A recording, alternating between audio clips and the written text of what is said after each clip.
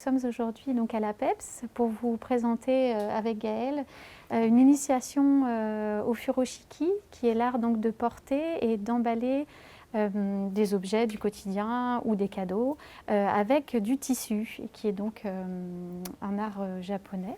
Alors j'en profite aussi pour dire qu'on a été initié par Aurélie Lemarec, qui donc réalise des formations sur le furoshiki. Vous trouverez sur son site une mine d'informations et elle vend aussi des très très beaux tissus sur sa boutique.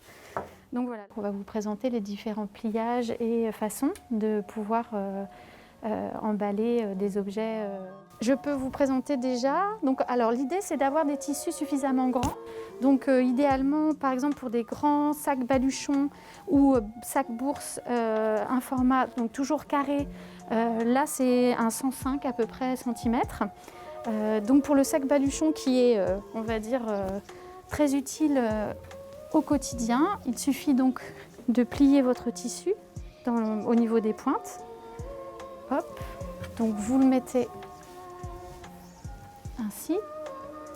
Donc il faut prendre, vous allez prendre en fait une sorte de mesure à peu près, pour qu'elle soit à peu près similaire des deux côtés. Donc vous faites un nœud. Hop. La même chose ici.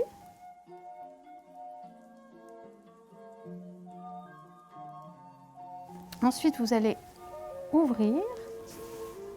Non, le retourner, pardon. J'oublie tout le temps la phase du retourner. Mettre à l'intérieur un peu. Et hop.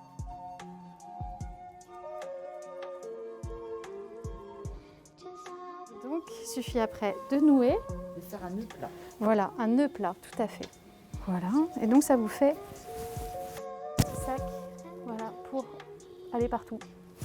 Et vous avez aussi la version où on appelle le sac bourse. Donc voilà, là je l'ai refermé, voilà, c'est plus, et donc après il suffit de rouvrir pour pouvoir récupérer les choses. Et vous pouvez aussi du coup torsader un petit peu pour donner plus de rigidité à l'anse.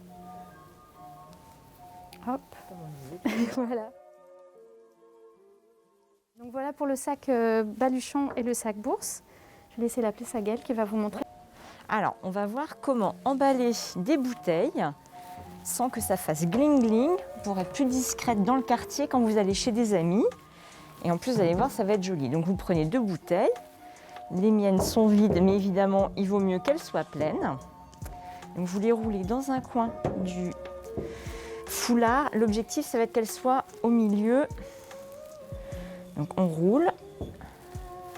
Alors, une fois qu'on a nos 2 bouteilles en boudin, on met la main au milieu pour être sûr qu'il y a un espace suffisant entre les bouteilles et qu'on va pouvoir redresser le tout. Donc on peut même ajuster en soulevant légèrement. Et là, on fait un nœud plat, donc à l'endroit. On tire, à l'envers. On tire. Et déjà, là, on peut les porter comme ça et ça ne fait pas de bruit. Et on peut créer une anse en faisant un deuxième nœud plat un peu plus haut.